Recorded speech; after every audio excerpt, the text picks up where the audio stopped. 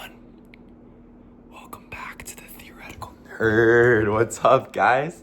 So today, we're gonna pick up where we left off last time, but actually going a little aside because we're talking about polynomials, but not just any kind of polynomials. It's operator polynomials. That's what I'm talking about. All right. So what am I talking about when we were talking about operator polynomials? Well, we know what a normal polynomial is, right? Let me just write one out. So let's just say p of z, and I use z instead of x because oftentimes we're going to be talking about like complex polynomials in the complex world, right? So z is generally how you would denote a complex number. And so, I don't know, let's give a random example of a polynomial. By the way, remember our notation for polynomials. We have some fancy looking p, and then the space that we're looking at. So in general, f, but again, here I'm looking particular at a f equals c, complex numbers.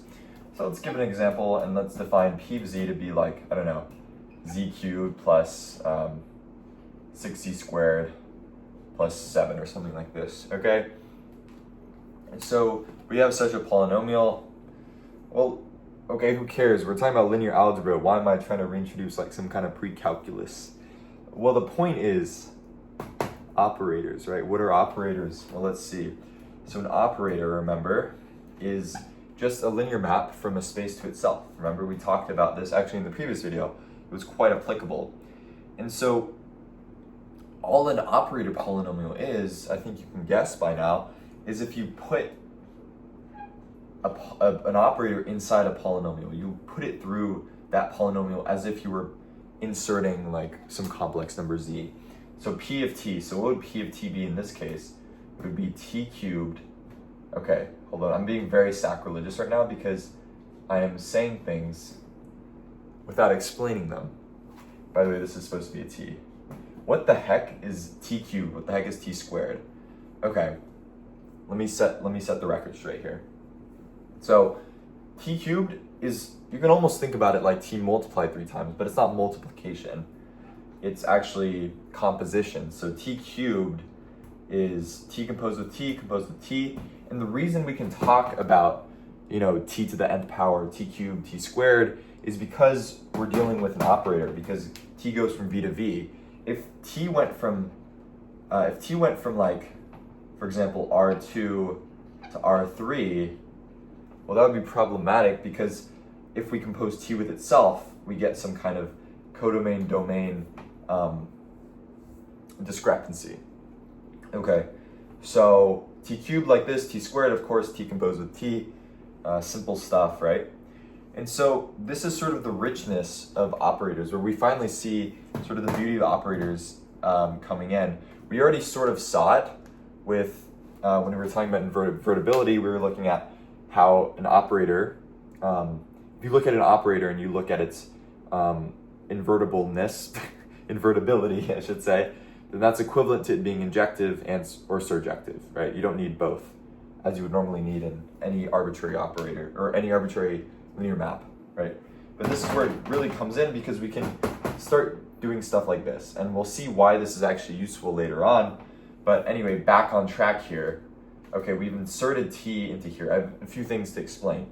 Okay, this makes sense. We put t into here, right? So this z cubed becomes t cubed, this z squared becomes t squared, but okay, there's an I. Well, if we just didn't put the I, right? It's a little strange to just add a constant to a polynomial like this, or sorry, to a map like this, so it's just good practice to put just the identity map. I mean, we're just basically saying we're mapping 7 via the identity. We don't change anything about that 7. It's just a notational thing, okay? At the end of the day. All right, well, just to get sort of a hang of what this is an operator in itself, right?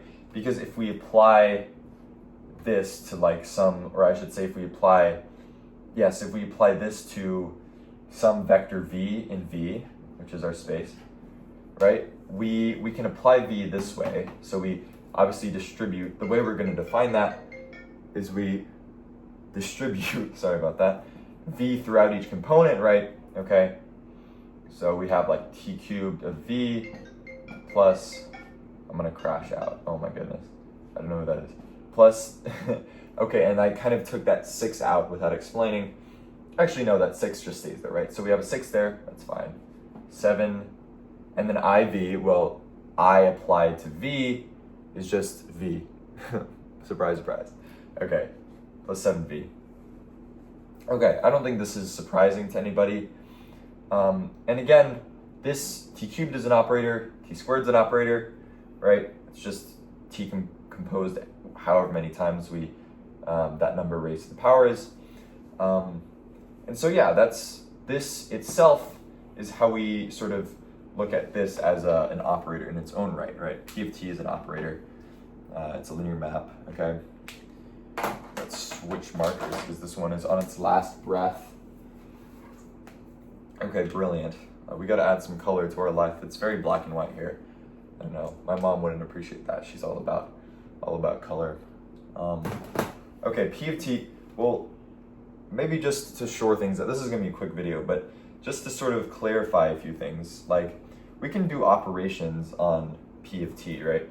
We can do like P plus Q of t. We can do P times Q.